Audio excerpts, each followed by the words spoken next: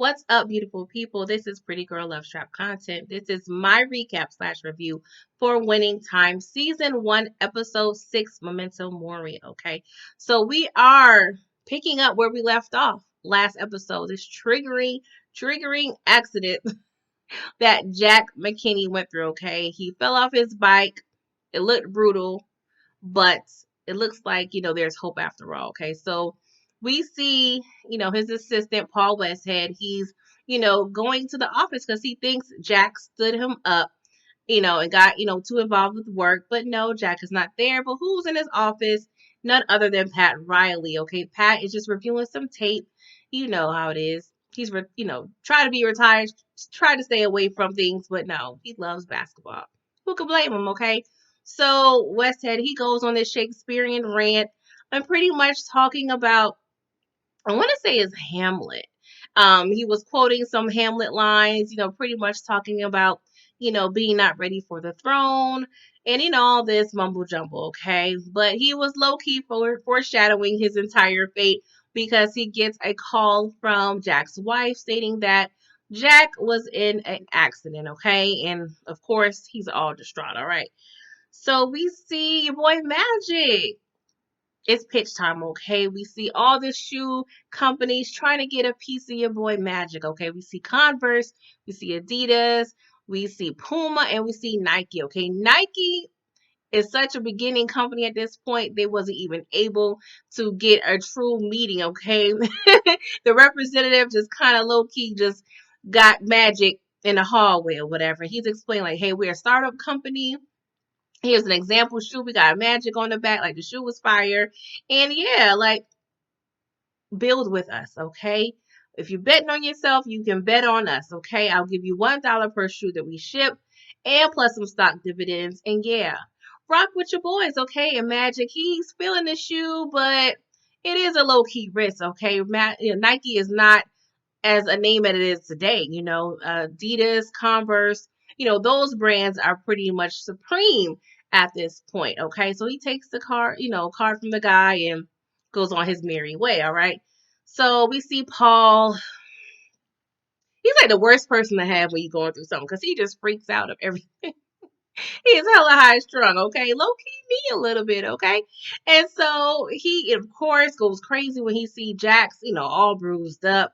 He doesn't know how to act. And he's like asking the doctor, like, hey, we got a game. Like, what's going on? He's just trying to live his dreams. We can't have this right now. Like, what's going on here? And the doctor was like, we lucky this man is alive. I'm gonna need you to calm down. I don't care if he's the coach of the Lakers or not. Okay, my boy. Like, I'm gonna need you to get your priorities together, all right? Because Paul is not prepared to take Jack's seat. We all know this, all right? So we see your boy Bus. He over there trying to swoon the bakers, okay? Because we know that balloon payment is due soon and we ain't got the money, bruh. And we have a little cameo from Jack Nicholson, which was cool. But yeah, they're pretty much telling the banks, like, you need to bet on us, okay? We have potential earnings, and I need you to give us a little bit of an extension, okay? Because we ain't got it. He offers them, a good time at the Laker game and the Forum Club, and they're gonna pretty much reconvene at that point, all right? And so Claire, okay, she advises your boy Bus, like, yeah, your accountant, she sent some bad checks to our vendors, okay, and that's not a good look, all right. And so he's looking at the the return checks, and he's like, this is from an old account. So he goes to see his mom.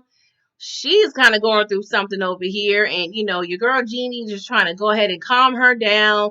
But it looks like she's either going through Alzheimer's or dementia. Something is not right with Mom Dukes, okay? And he's like, Mom, like, you've been sending checks from the wrong account. This is the old account. Like, what's going on here? And he notices that she did not mail off the transfer paperwork. So he still has ownership of the Lakers, not his wife, all right? Mom been dropping the ball, okay? So, oh Lord, Magic and Cindy, child.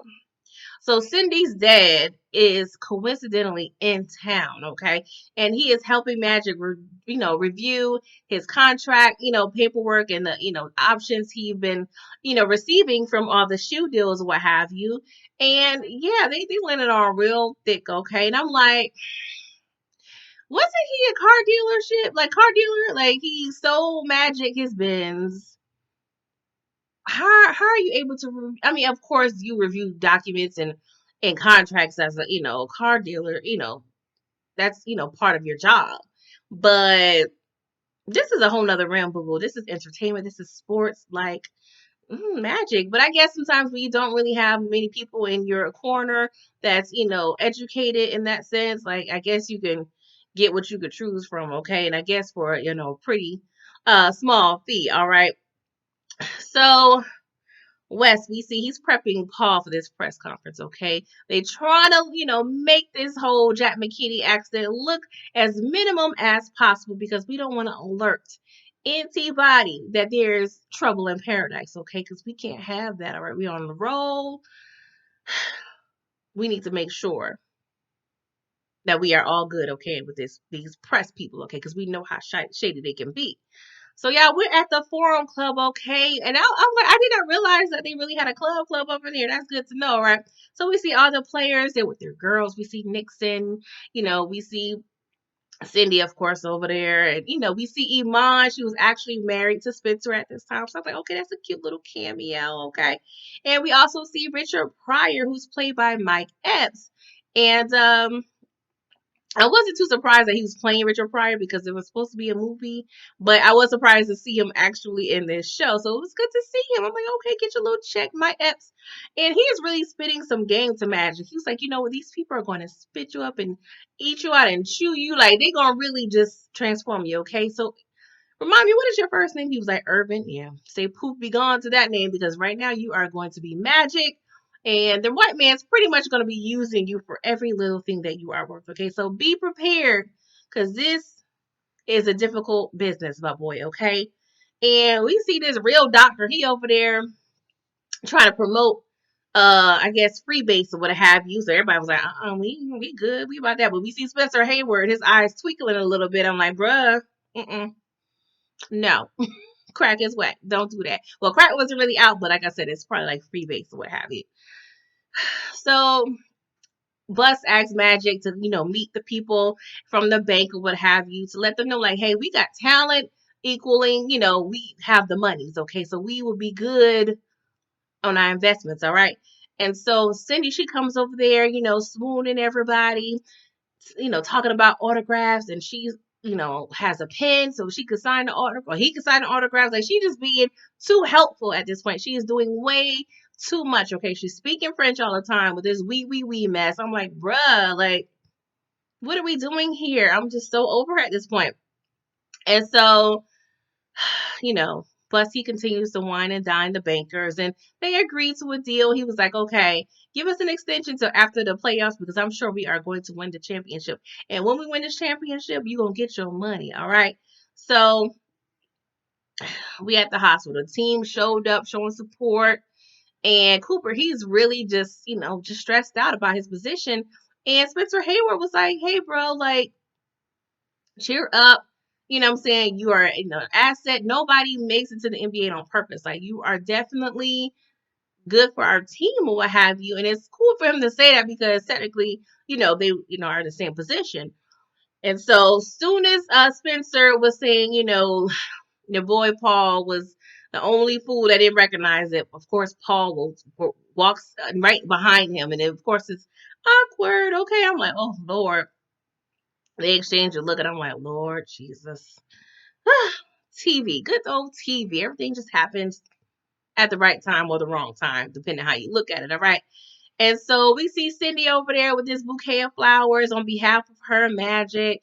And didn't seem too crazy, but I still feel like she was up to something because we also see that Magic is, entertaining this shoe deal with Converse. Okay. So Dr. Day, aka Cindy's dad, he, pretty much is quarterback in this whole situation. He was like, hey, I heard y'all offer Bird 90K. Okay, so we're gonna need 10 more K, which is 11K, aka 11 $100,000. I'm just saying, what's up? So they'll eventually agree to the deal. So Dr. Day does seem like he know his stuff, but I got my good eye on you, bro. Okay, I don't trust you. Okay, but since Magic signed that deal, they broke down the numbers on the screen. Okay, so based on what Nike is worth now, since Magic didn't take that deal, he missed out on a $5.2 billion profit.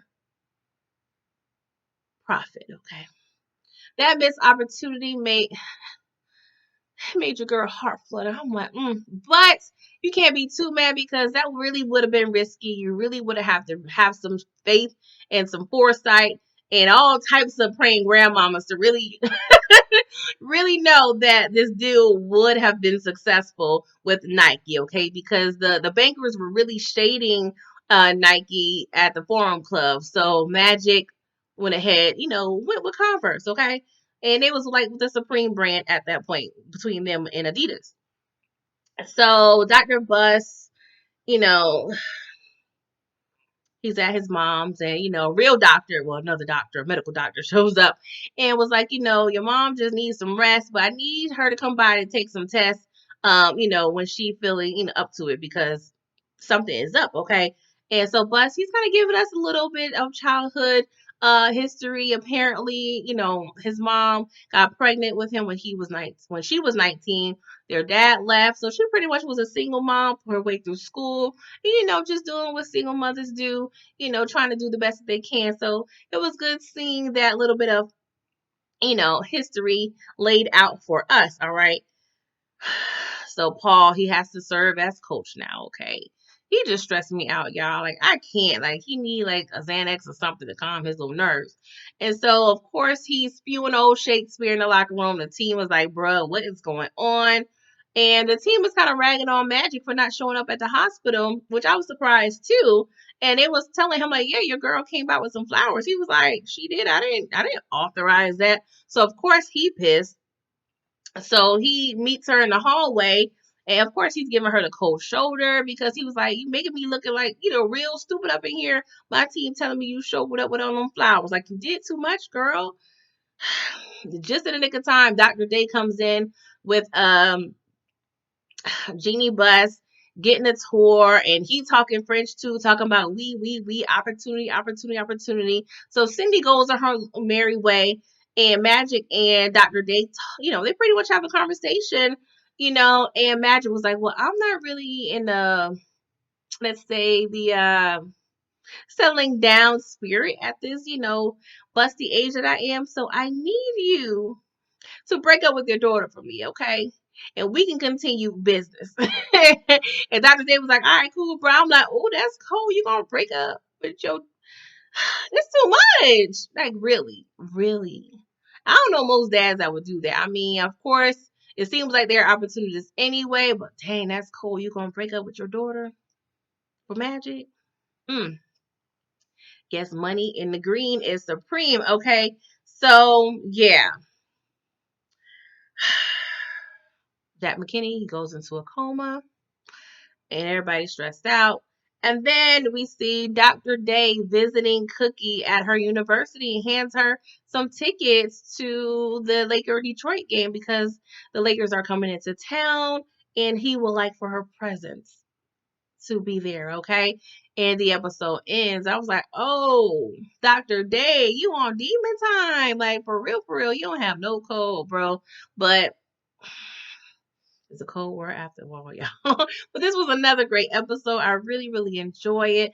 I just really love this show. Let me know how you feel about this episode. Please like this video, subscribe to my channel if you are not already a subscriber, and I will see you for the next episode. Toodles.